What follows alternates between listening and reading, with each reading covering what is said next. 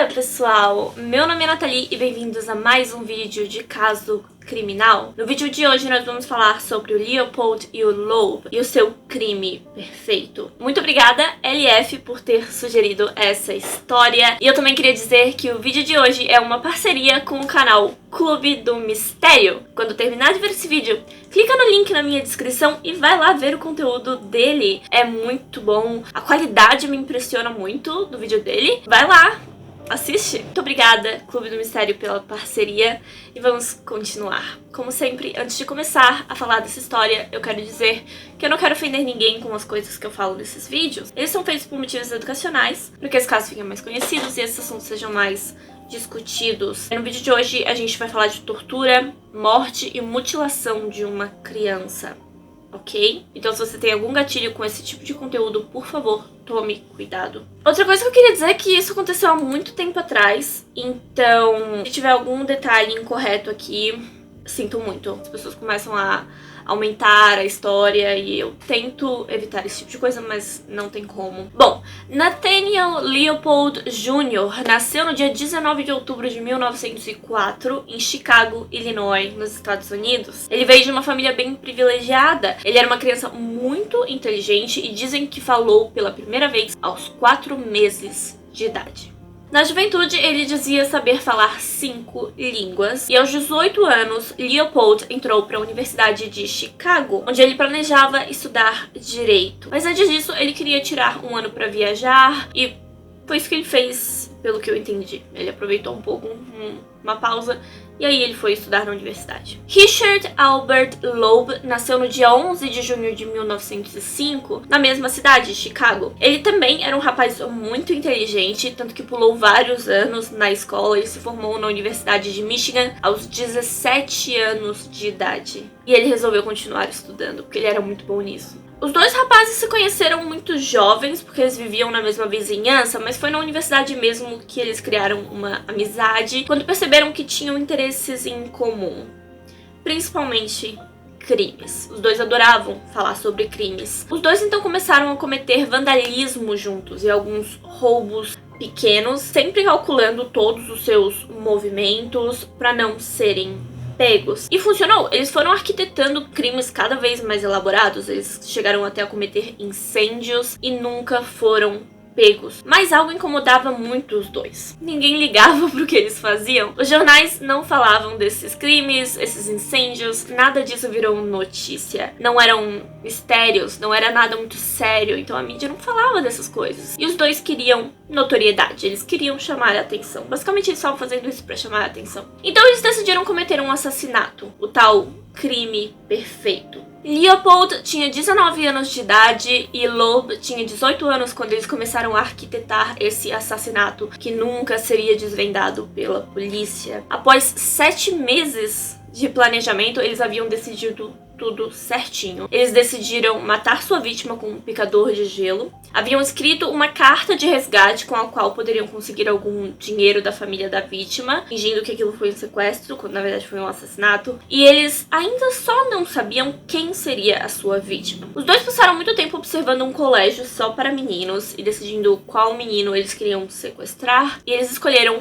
Bobby Franks. Bobby era um menino de 14 anos, ele era primo do Loeb e ele vivia na mesma vizinhança que os dois rapazes, então ele conhecia os dois, ele confiava nos dois. No dia 21 de maio de 1924, o carro do Leopold estava quebrado, então ele alugou um carro usando um nome falso, Morton D. Ballard. Quando Bob voltava para casa do colégio, os dois rapazes pararam o carro perto dele e ofereceram uma carona. O menino, é claro, conhecia o Loeb, ele confiava nos dois, mas ele disse que não queria, que a casa dele ficava ali perto e ele ia andando, ele gostava de caminhar até em casa. Então ele recusou a carona. O Loeb continuou conversando com ele e o convenceu a entrar no carro. Acredita-se que o Leopold era quem dirigia, mas o Loeb estava no banco de trás e o menino não suspeitou disso e foi convidado a se sentar no banco da frente do passageiro. Assim, o Loeb pôde esconder o seu picador de gelo com o qual ele atacou o Bob por trás, acertando o menino na cabeça várias vezes. Depois disso, ele puxou o menino pro banco de trás e o enforcou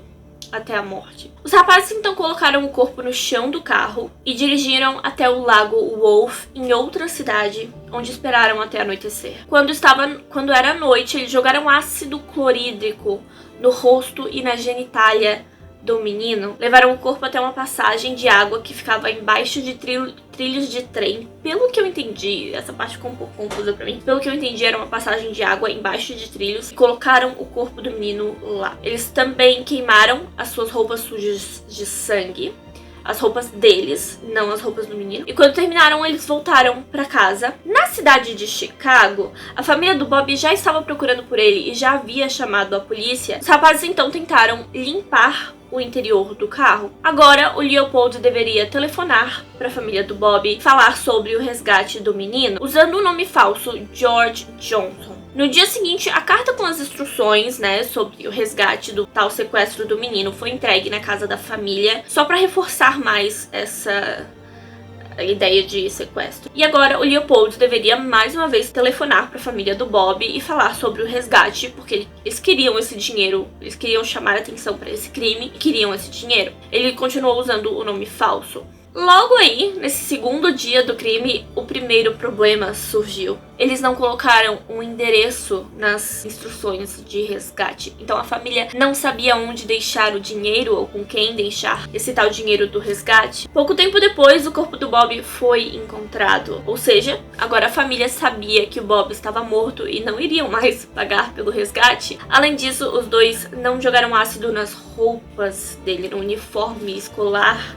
do Bob e nem nas suas mãos. Então, pelas impressões digitais do garoto e pelas roupas que ele vestia, ele foi identificado pela família. Percebendo que poderiam ser pegos, os dois destruíram a máquina de escrever com a qual eles tinham escrito aquela carta de resgate. O que eu achei bem interessante, eu não sabia que dava pra saber em que máquina de escrever foi escrita uma carta, ou seja lá o que for. Mas elas podem, e fazendo isso, os dois acreditavam que eles não seriam pegos de jeito nenhum. O problema é que eles não destruíram a máquina de escrever, eles só jogaram no lixo. E também, outro problema era que o Leopold adorava falar desse crime. Ele estava nas alturas, ele estava muito orgulhoso do que ele tinha feito. E o Loeb observava as coisas de longe, mas o Leopold adorava o mistério. Ele chegava a conversar com detetives que estavam envolvidos no caso, dizendo que se for pra matar alguém, ainda bem que foi o filho da P do Bob Franks. Ele chegou a dizer isso pra um detetive.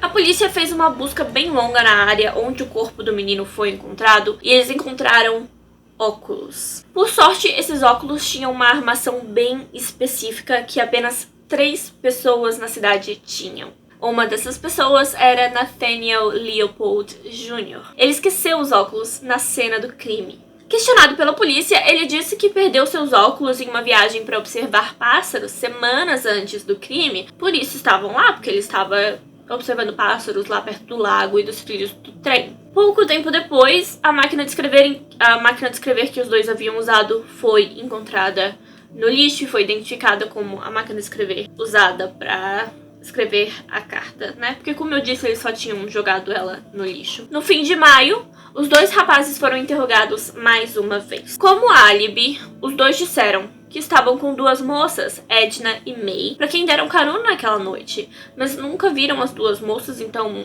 não sabem quem elas eram, só deram carona pra elas. Porém, foi comprovado que eles não usaram o carro naquele dia. Como eu disse, o carro do Leopold estava quebrado. Quando percebeu que a polícia estava chegando perto, o Loeb confessou o seu crime, alegando que foi o Leopold quem planejou tudo. E é claro, depois de ouvir isso, o Leopold acusou o Loeb de ter planejado tudo. Os dois deixaram claro que o seu objetivo era cometer o crime perfeito e que não gostaram de fazer aquilo, sabe? Que os dois se arrependeram de fazer aquilo, mas pelo que a gente já percebeu, o Leopold não se arrependeu não, mas o Loeb parece que sim. Os dois foram presos e julgados juntos. Eles se declararam inocentes por razão de insanidade e Leopold e Loeb foram considerados culpados e sentenciados à prisão perpétua. Os dois foram enviados para a mesma prisão, onde continuaram sendo bons amigos, e mesmo quando um deles trocou de prisão, o outro trocou junto, eles foram juntos o tempo todo. Eles se dedicaram a melhorar o sistema de educação dentro da prisão e também melhoraram o sistema de reabilitação de prisioneiros. Em janeiro de 1936, Richard Loeb foi assassinado por outro prisioneiro chamado James Day, aos 31 anos de idade. O James disse que foi autodefesa, mas ninguém acreditou muito nisso porque o Loeb não era um cara violento, mas ele vivia